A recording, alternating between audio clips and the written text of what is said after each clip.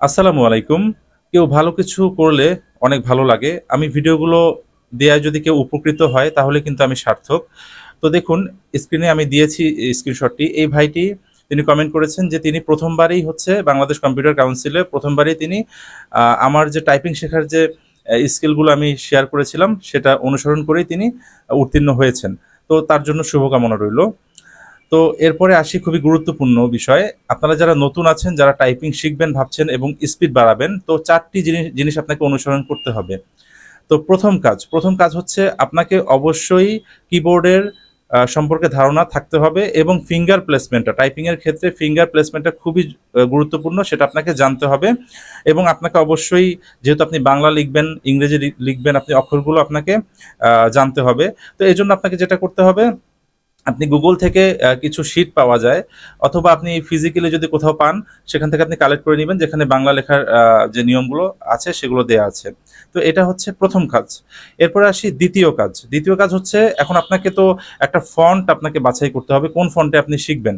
তো অবশ্যই আপনি শুরু করবেন ইউনিকোড দিয়ে। এটা বলার কারণ হচ্ছে, ইউনিকোড দিয়ে যদি আপনি শিখেন তাহলে ইউনিকোড এবং বিজয় দুটোই কিন্তু একই মানে কাজ হয়ে যাবে। বাট ইউনিকোড দিয়ে শিখলে যেটা হবে, আপনি যদি অন্য কোথাও যদি সফটওয়্যারে পরীক্ষা নেয়, দেখা গেছে সরাসরি আপনি কম্পিউটার থেকে দেখে আপনাকে কম্পিউটারে লিখতে হচ্ছে অর্থাৎ সফটওয়্যারের মাধ্যমে, তখন কিন্তু আপনাকে ইউনিকোড দিয়ে লিখতে হবে। তো আপনি যদি শুধু মানে বিজয় দিয়ে শুরু করেন তাহলে কিন্তু পরে দিয়ে আপনার জন্য কষ্ট হয়ে যাবে। তো এই জন্য আপনি ইউনিকোড দিয়ে শুরু করবেন, তাহলে ইউনিকোড এবং বিজয় দুটোর কাজই হয়ে যাবে। তো এটা ছিল প্রথম কাজ, দ্বিতীয় কাজ। এখন আসি তৃতীয় কাজটা কি? তৃতীয় হচ্ছে প্রথমে ইংরেজি শেখার যে বিষয়টা। এখন আপনাকে ইংরেজি এমন একটা সেন্টেন্স, অর্থাৎ শিখতে হবে, এমন একটা সেন্টেন্স আপনাকে জানতে হবে যেখানে সবগুলো লেটার হচ্ছে আপনার থাকবে। তো এজন্য হচ্ছে ইংরেজির জন্য আমি স্ক্রিনে লিখে দিচ্ছি, দেখুন, a quick brown Fox jump over the lazy dog. অর্থাৎ এটা যদি আপনি বারবার প্র্যাকটিস করেন এই ইংরেজি সেন্টেন্সটা, তাহলে কিন্তু আপনার কিবোর্ডে যে ইংরেজির কোথায় মানে ফিঙ্গারিং এর যে বিষয়টা আছে, কোথায় কোথায় আপনার কোন লেটারে যাবে সেটা কিন্তু আপনার শেখা হয়ে যাবে।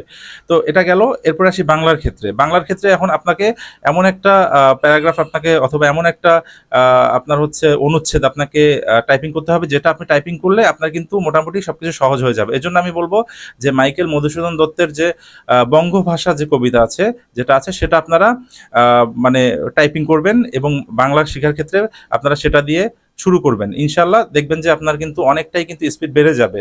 কেননা এখানে আপনার বিভিন্ন ধরনের যে প্রতীকগুলো আছে, যে চিহ্নগুলো আছে, সেগুলো কিন্তু আপনি এখানে পাচ্ছেন।